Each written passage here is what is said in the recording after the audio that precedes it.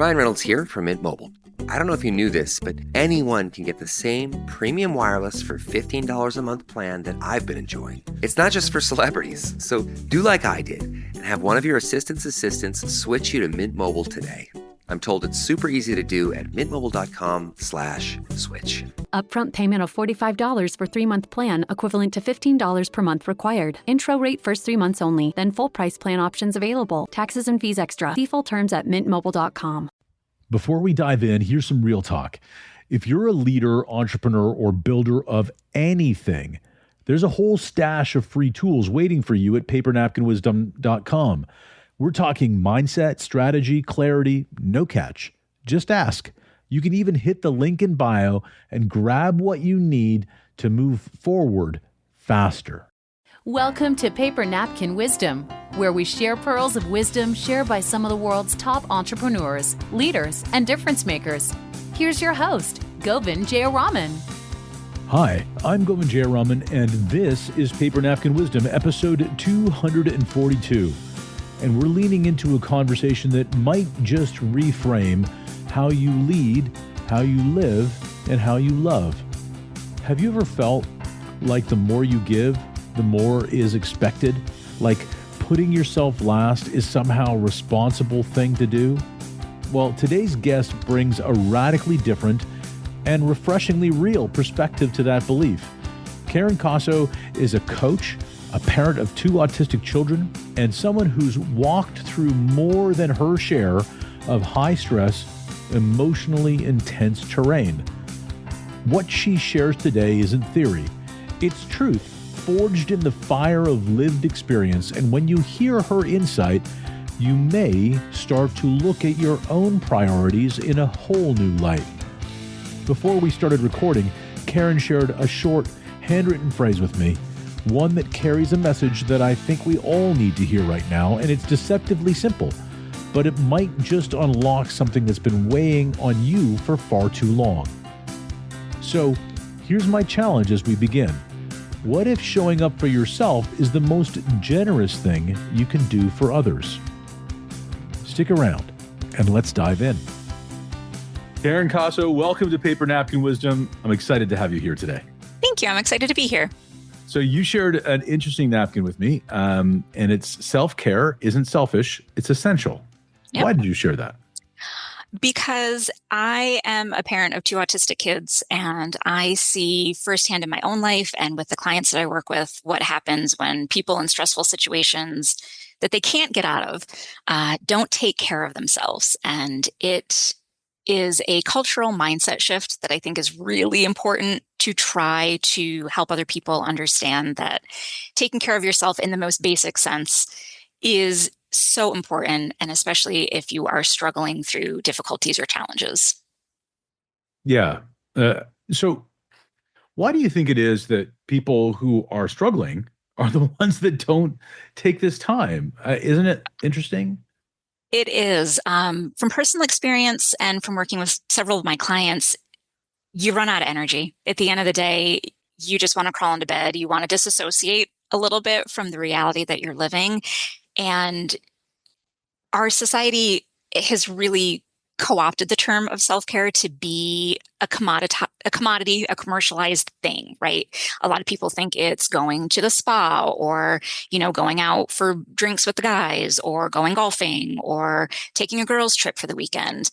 And it can be those things, but what I like to help people focus on is those small daily acts of self-care that are going to fill your cup, give you the energy and desire to get out of bed in the morning, or in my case, for several years in the middle of the night, a couple times, to help the kids through different challenges. And it's things like gratitude, eating well, taking care of your physical body, watching your phone usage, being mindful of the media that you consume, and of how you're spending what energy and time you do have that you get to dictate where it goes. Okay. That makes sense. And you know what I really like is that I think we do this, I think leaders, entrepreneurs, and all people do this, right? We wait, we sort of kick down the big fix. Oh, I'm going to do this big thing that's going to fix it, right? The self-care trip, the guy's trip, the gal's trip, the whatever. and that's going to make everything okay. We're going to delay and we're taught, right? Delay gratification. That's the prize inside. I'm going to wait for that. Why? Uh, why is it so much more important just to do these little things that you can do today? What have you seen? Because they're the things you can do today. They're the things that you have control over, right? And I know as a mom to kids with some challenges that there's so few things that I have direct control over. And I was a stay-at-home mom. We homeschool, so I was with them all day, every day, and we couldn't leave them with a teenage babysitter. They needed someone with more training, with more experience. We often couldn't leave them alone with the same person, right? So my ability to get away, my ability to have time alone was really small. And I had to figure out, as an introvert also, right, to make it more challenging, what can I do to not lose my ever-loving mind? Because we got to some times in some places where, I was pushed beyond my limit and I wasn't doing well mentally or physically, and realized also that I could not parent from that place. I could not help them co-regulate from that place. I wasn't able to show up as the parent they needed me to be, and it wasn't fair to them and it wasn't fair to me. So I had to figure out, what can I do when I can't leave the house? I don't have anyone to watch my kids. The world feels like everything is awful, and I have so little control over changing any of it. And for me, that came back to things like gratitude and mindfulness, being aware of what I eat and how that makes my body feel, of working on my mindset. And the changes I saw were dramatic and not instant. It took a while, right? But it was an undoing of a very significant stressful few years. And it did take some time, but finding community, finding people that I could share my challenges with, and then working through them and continuing to do it each day, right? Because the stress builds up each day. And if you don't do something to kind of empty that stress bucket, you're going to have problems. Yeah. So this is really interesting. I think a lot of people who are in various places, the thing that I noticed that was very relatable, and I'm not a mother of autistic children, but I run a business, and running a business is all hands on deck too. And there's a lot of similarity between not being able to get away from it, and you couldn't get away from it either. And by the time, you talked about these things, these little things: gratitude, mindfulness, journaling, taking that time for yourself. The argument could be also, you can just do that at the end of the day, couldn't you? You would need to do that to start the day. So is that a good place to start, or how did that work for you? For me, it did start at the end of the day. And a lot of it started during COVID lockdown. And the funny thing was, I actually started my business because I had more free time during COVID, to sort of unwind some of the stress and discover some of these mindset shifts and how they impacted me. So, and it is very similar. It is all hands on deck all the time. And as a solopreneur, while still homeschooling and parenting those two wonderful children of mine, it's always a juggling act. I hate the word balance, with a fiery passion, right? I will never have balance in my life. It is constant juggling and hoping that I don't drop an important ball. Like, there's no balance, constant juggle. And what I found was, it started at the end of the day. It started with, I'm going to do my gratitude practice. I'm going to write down just 3 things I'm grateful for. And then I started noticing more things to be grateful for. And then I started changing it and saying, our family, it's me, my husband, and our 2 kids. I'm going to write down 1 thing my husband did well today that I appreciated. And it doesn't have to be well, like he unloaded the dishwasher the right way. My husband went to the grocery store because we were out of cornflakes, right? I appreciate that he did that. My oldest child did their homework without complaining. I appreciate that they did that. My younger child went to bed before 11 o'clock. Awesome, right? And I started just noticing more things that they were doing that could bring me gratitude and that could bring me joy. So that throughout the day, I had those little reminders that it isn't all awful. We have challenges. Yes, I'm not going to sugarcoat the fact that we've been through some really rough seasons in our family. But when you start noticing those little things throughout the day, it makes it so much easier to get through the day. And then I found, well, I'm a little less stressed. I'm in a better mood. I'm a more pleasant person to be around. And then something that happens a lot with autistic kids is they need someone to help co-regulate their nervous system. So as I was more calm and focused and patient and present, they became more calm and focused. Well, not focused. ADHD is a heck of a drug, but they became more patient. They became more willing to adapt to the new circumstances that may come up during the day that before would have thrown them for a loop. So as I was being more grateful and noticing more things, there was more things to be grateful for. The kids were doing better. Suddenly, I had time to sit down and read a whole chapter of a book while they were having lunch, whereas before I had to sit between them sometimes and help everyone get through the meal safely. And it just started opening up everything for me to have more time, to have those little pockets throughout the day that might only be 5 minutes, but I could fit something in, and that is something that would feed my soul and work on my mindset of how challenging things were so that it didn't feel so challenging. And then eventually it wasn't. That's really neat. The thing that, immediately came to me, you're picking all these little things, getting the cornflakes, finishing homework. Yeah. There was a while ago, I did a series on gratitude, and we one of the segments was sweet the small stuff. And what I talked about was taking the small stuff and finding the sweetness in them, as opposed to, the old saying is sweat the small stuff. But this one was sweet the small stuff. And that's what you did. And what was neat about it is that you said when you started appreciating those little things, you saw bigger things maybe that were right behind it. And it's true, right? If you take something small and bring it into the field of view, it sort of opaques everything around it. It blocks out the things around it. The small thing can become big. And it feels like that's what you did for yourself. I wonder, let's talk about this. I think that, you've mentioned your two autistic children and how challenging it was for you to lead them, I think, to a certain degree, and also bring yourself along. What is it, where did that start for you? I mean, how did you realize that you needed to dig into it, as opposed to, I think some people hide from the reality that they have to face?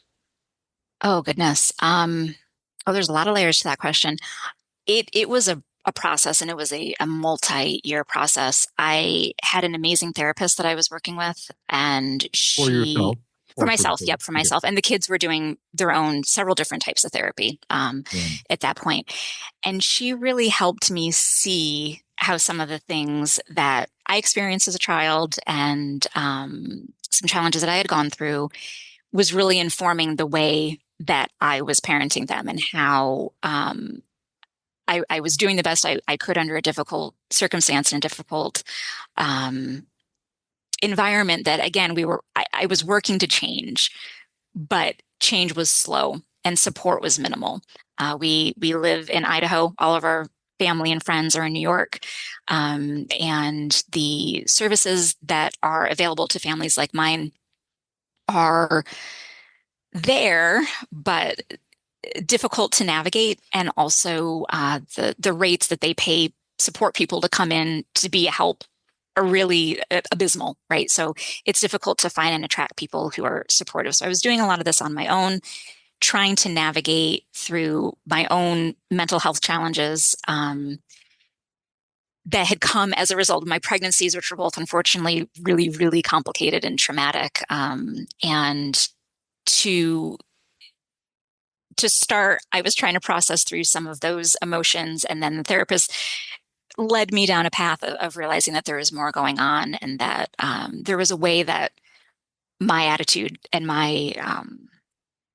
the way that I chose to show up, because it is choice, right? That's another thing that I really took away from working with her, was that how we present ourselves, when we present ourselves, it's a choice, right? You can show up as the best parent that you can be on any given day.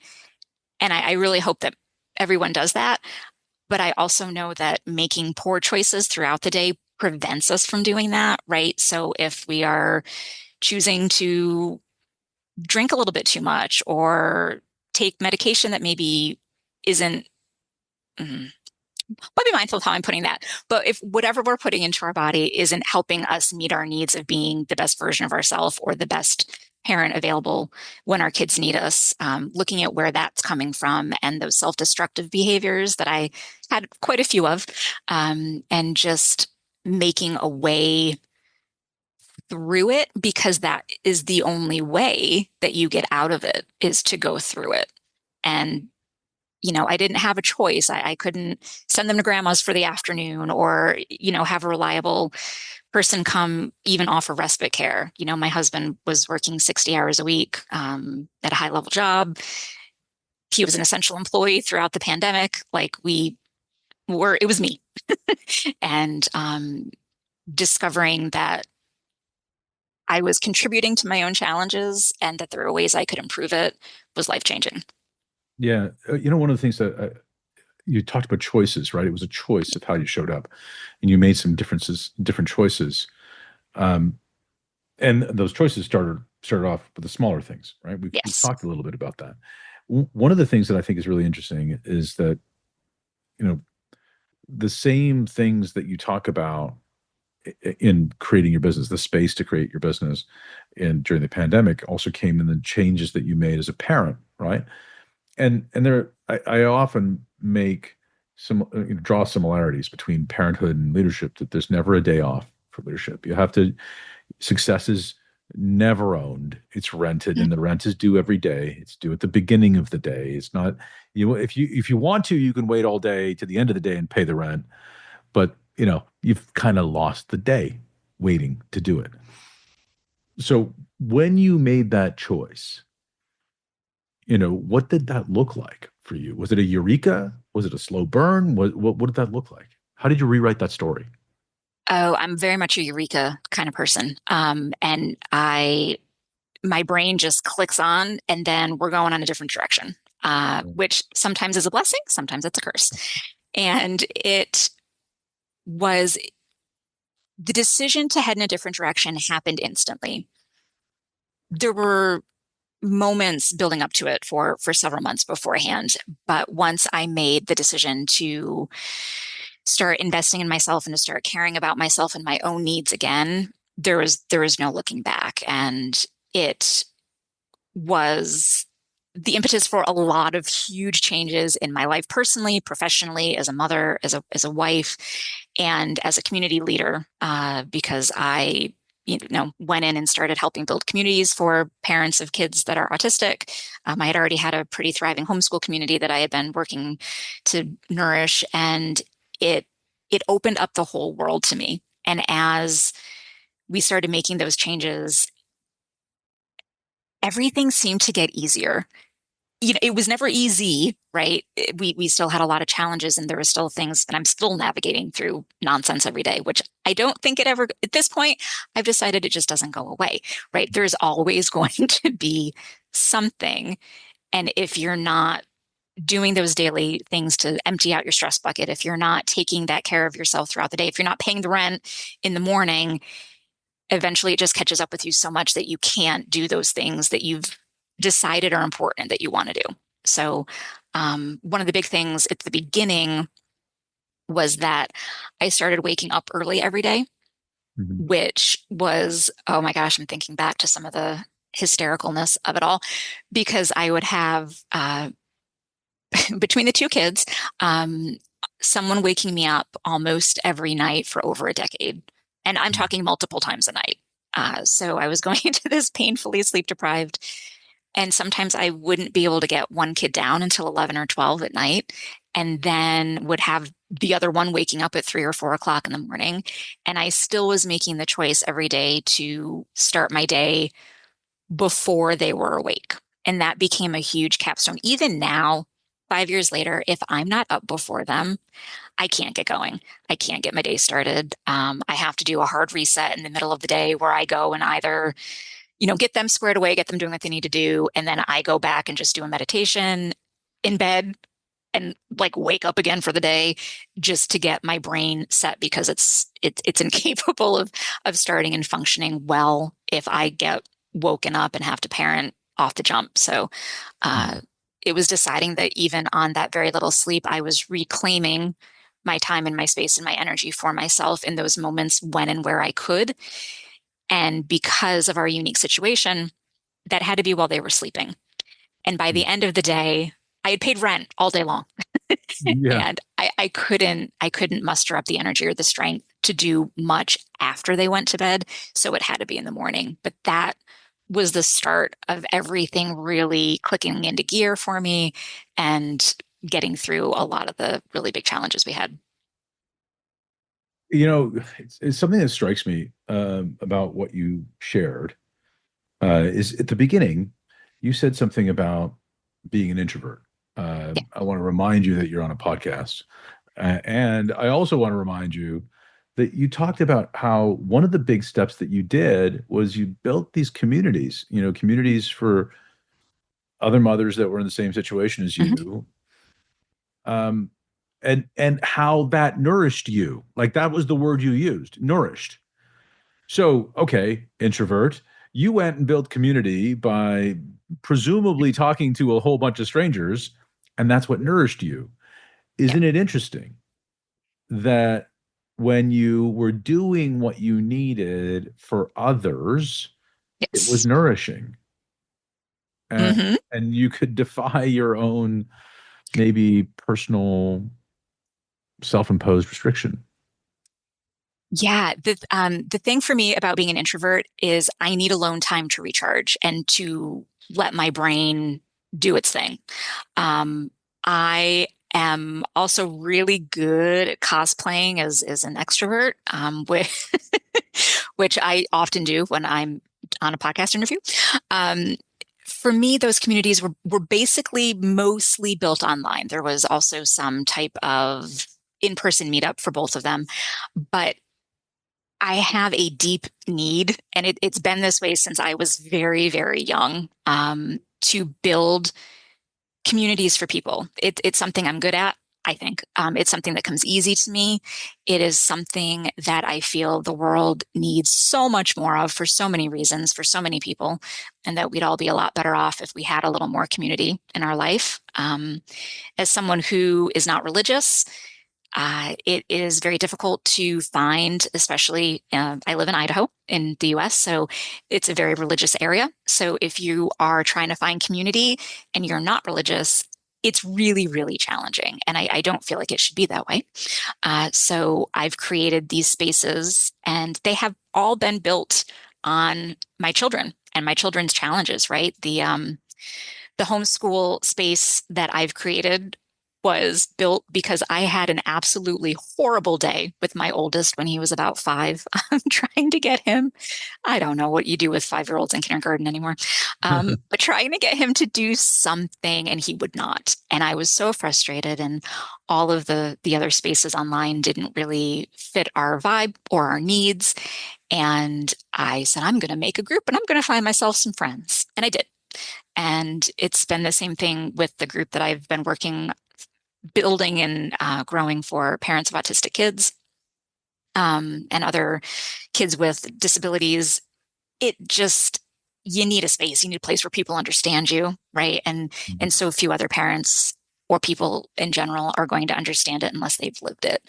And while Facebook is not my favorite place these days, sorry for the maniacal giggle, there was value, 10 years ago in creating these spaces and creating these groups and trying to create these senses of community where people could gather, right? Because so many of us are, I don't want to say stuck because I don't like the way that feels, but you kind of are, right? You have kids who maybe you can't even buckle them in a car seat sometimes when they're little, who struggle being around other children, who struggle being with outside of arm's reach of their caregiver. And you have caregivers who desperately need to know that, as awful as that feels in the moment, that that is normal for what they're going through, and that there is validation for them in their struggles. And I feel like a huge part of my work was letting people know that what they're going through is normal and it's okay and it's hard. And that when they're ready to make that shift, they can look at it in a different way and it will feel easier. And in many ways, it will get easier for them. There will always be challenges that their children go through because of their neurodiversity, because we live in a world that's not really designed for it and isn't always kind or welcoming, but that we can create that reservoir of strength and resilience that we need to get us through it so that we can help get them through it and hopefully transfer some of our self-care and self-coping mechanisms and skills onto them so that they have them as they go out in the world. So I think this is amazing, right? Like you had this overwhelm, this sense of overwhelm, this sense of, maybe drowning Yes. in all of the emotion, the fatigue, the challenge, the lack of being able to care for yourself. And in building a community that helped others, you helped yourself. And I believe that when we give to others what we most need, that's our greatest place of impact. And it feels like you changed your life when you did that. Am I wrong? 100%. 100%. And it it changed my outlook. Helping others gives me joy. Yeah. To know that and I used to say this to my therapist all the time, that the challenges that we were going through, and I don't get into specifics, but we went through a lot, just leave it there, that those challenges that we went through and those really hard decisions that we had to make, that there had to be a purpose, there had to be a reason for it. I am not one of those people that's like, everything happens for a reason. But you can learn from everything you go through, no matter how horrible it is, that there is a opportunity for learning and growth in even the absolute most awful situation that you go through. And if you don't grab onto it, you went through that situation anyway, right? There's no changing it. But if you look at what you can grow from after having gone through it, there's an opportunity. And I feel like so many people don't embrace that. And I feel like that's something I've become quite good at. Yeah. And helping others, it just reinforces the idea that all those challenges and struggles I went through had a purpose. And now they have a really great outcome for other parents. Yeah.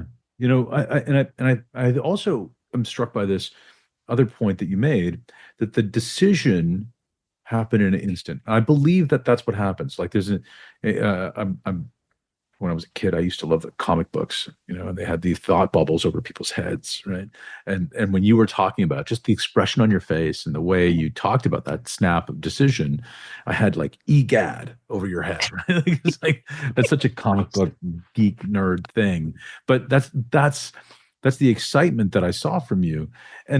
But isn't it true, right? Isn't it true that the change does happen? That desire to change hits you hard in a moment, but what I think most people don't do, but you did, was took a small step right away. Like it wasn't a perfect step, but you talked about that. You took a small step right away. Now, is that something you're more deliberate about now after, laying down those breadcrumbs and putting down that road? Is it when you feel that snap, you take a step? Is that part of it? Yeah. And it's funny that you asked that. I just started a whole other brand new business that helps parents homeschool using ChatGPT, because I had a wild idea and I sat with it for like 2 or 3 days and it wouldn't go away. And I talked to my husband and I said, I don't have time for this. I talked to my accountability partner and she's like, girl, you don't have time for this. And I was like, I can't make it go away. So I built a whole new business in like a month, 2 months ago. Like I started this all in February because it wouldn't go away. And I feel often that divine spark of inspiration. I don't know if you've ever read Elizabeth Gilbert's book, Big Magic. Yeah. Okay, it's that kind of a thing where she talks about if Yeah. you don't run with it, the universe is going to go share it with somebody else because it needs to be created and it needs to happen. And I just look at my life in that sense of, ideas happen a lot. I'm a creative person. Some of them are meant for me. And if I don't make them happen, who else will? Yeah. Right. And Well, I owe it to the universe. Yeah. And again, I like your other approach about the universe too, though, because things don't always happen, things that are obstacles don't always Yes. happen because, oh, the universe is saying I shouldn't go forward.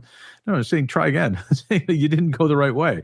And so I'm sure even though, this dropped in for you as an idea, it wasn't a slam dunk. It wasn't easy, right? No, well, yes and no. It was a lot of work and it was again juggling. So my husband had to help a lot more with homeschool. My house is trashed. I haven't done any of my garden prep work that I normally would do. I didn't go hang out with my mom's group for, about a month or two while I was getting this up and running. But it was a conscious choice that things are going to go a little feral because mom needs to do this for herself. And in the future, I think it's going to benefit not only my family as that business gets up and going, it's going to be mostly hands off, but it will help all the homeschoolers, hopefully, who use it, because it's Yeah. a wonderful resource that I've created, if I do say so myself. But I also have the energy boost from seeing that idea from inception, creation to fruition. And that is a huge energy giver for me. And that's one of the things I've just become really aware of how my brain works, how I respond to managing my energy levels. And it would have taken more energy and honestly, probably mental time as well, if I kept fighting it. And Right. sometimes you just got to give in. And, we'll see where it goes. And so far, it's going well. That's awesome. Yeah. That's awesome. You talked about the power of gratitude for you, and uh, in our community, in the community of Paper Napkin Wisdom contributors, we had a great friend of the show, John Rulin, who passed away suddenly a few months ago. And his paper napkin was, "What you appreciate appreciates." It was a statement that when you appreciate people, they appreciate and value and do great things because you've recognized their greatness. So, with that in mind, who would you like to appreciate today? Oh, goodness. My kids, can I do both of them? You can Um, you can do as many people as you like. they have transformed me into the person that I am today. I firmly believe that as loving parents, it's a feedback loop constantly and it starts when they're first born or they first come into your life where they're doing things, you're reacting, they're doing things, you're reacting, and it's a constant feedback loop. And I can say that I am a much better person for having been molded into the parent that they needed me to be. And I am continuously impressed with how hard they are working to make their way in a world that isn't always welcoming or kind to them, and that they are finding who they are and they are working through their challenges in ways that are constructive and not destructive anymore. And that, I don't know, it's been amazing to watch them grow, and I'm just really excited for what the future holds for them. That's amazing. And I do want to go back to, I think that what's beautiful about what you just shared, a lot of beautiful things about what you just shared, was you said that your therapist said the pattern that you were sharing was informing the way you parent and the Yeah. path your children followed. And isn't it interesting that you changed your path and their path at the same time? And that is at the heart of what I work on with my coaching clients, because so often you can't see the forest for the trees. Everything is hard, everything sucks, everything is miserable, and you can't see a different way out of it because you're so stuck in it. And you have to make that choice and take action after you make that choice to broaden your perception of what's going on and to open your mindset to the possibility that there is a different way. And again, I'm trying to think of a way I can put it without, for one of our children, we were looking at the possibility that they may not be able to continue living in our home Mhm. because of the level of challenges that they were having. And that child is now doing so well and is so independent and so loving and so kind and so generous. with their actions and it's because I didn't give up, and it's because I made a choice that I was going to be what they needed me to be, even though it was really hard. And, a lot of therapy for everybody, right? And a lot of support from professionals, but we were able to get through it. And I think a huge part of that was because of that feedback loop between us. And I think a lot of the challenges that parents of autistic kids face is due in part to the fact that they aren't in the feedback loop in the way that their child needs them to be. Mm-hmm. And that once you kind of get in alignment with them, that it really opens up for that relationship to blossom in the way that it struggles to do so without some intervention. That's a beautiful share. Thank you. Thank you, Karen. Thank you. That was a powerful conversation with Karen Kossow, and if you're like me, something she said probably struck a little deeper than expected. Karen reminded us that taking care of ourselves isn't an afterthought or luxury. It's a foundational act of leadership. Whether you're leading a team, a family, or just trying to hold your own life together, you can't pour from an empty cup. You may not have realized just how long you've been running low or on empty until today. Self-care is a leadership practice, not a luxury. Guilt is not a badge of honor, it's a warning sign. Burnout begins with self-neglect. Sustainability matters in caregiving and in leadership. Cultural change begins with personal boundaries. If there's even one part of this that resonated, I want you to ask yourself, where do I need to put myself back on the list? Because sometimes just one small shift is all it takes to spark something bigger. If you found value in today's episode, be sure to subscribe, leave a review, and share this with someone who needs to hear it. You never know who's quietly burning out while trying to hold it all together. And here's your challenge. Grab a napkin and write down what self-care means to you. Take a photo and post it with the hashtag Paper Napkin Wisdom, because you never know who needs your reminder too. Until next time, wisdom doesn't need to be complicated. It just needs to be lived. Make it a great day.